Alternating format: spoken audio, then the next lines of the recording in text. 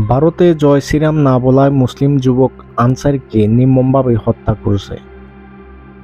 এই স্লোগানটি হচ্ছে ইসকনের উগ্রবাদী হিন্দুদের স্লোগান, যা আমাদের বাংলাদেশেও শুরু হয়ে গেছে। এই ইসকনের সদস্যদের বাংলাদেশ থেকে যদি বিতাড়িত না করা হয়, তাহলে বাংলাদেশের জন্য আরো সামনে ভয়ঙ্কর বিপদ আসতেছে, যা কল্পনা করা যাবে না। কয়েক বছর আগে আপনারা দেখছেন নয়াদিল্লিতে কি পরিমাণ তারা গণহত্যা চালাইছে ট্রাম্পকে খুশি করার জন্য, কিন্তু এইসব গণহত্যার কোনো নিন্দা সারা বিশ্বে কখনো জানায় না, যা অবাক করা একটি বিষয়। এরাই দুইজনই গণহত্যাকারী, একজন হচ্ছে বাংলাদেশের লেডিস হিটলার শেখ হাসিনা, আর একজন হচ্ছে গুজরাটের কসাই নরেন্দ্র মোদী। জানি না বাংলাদেশে ছাত্র জনতার উপর যে গণহত্যা চালাইছে এই বিচার বাংলার বুকে হয় কিনা।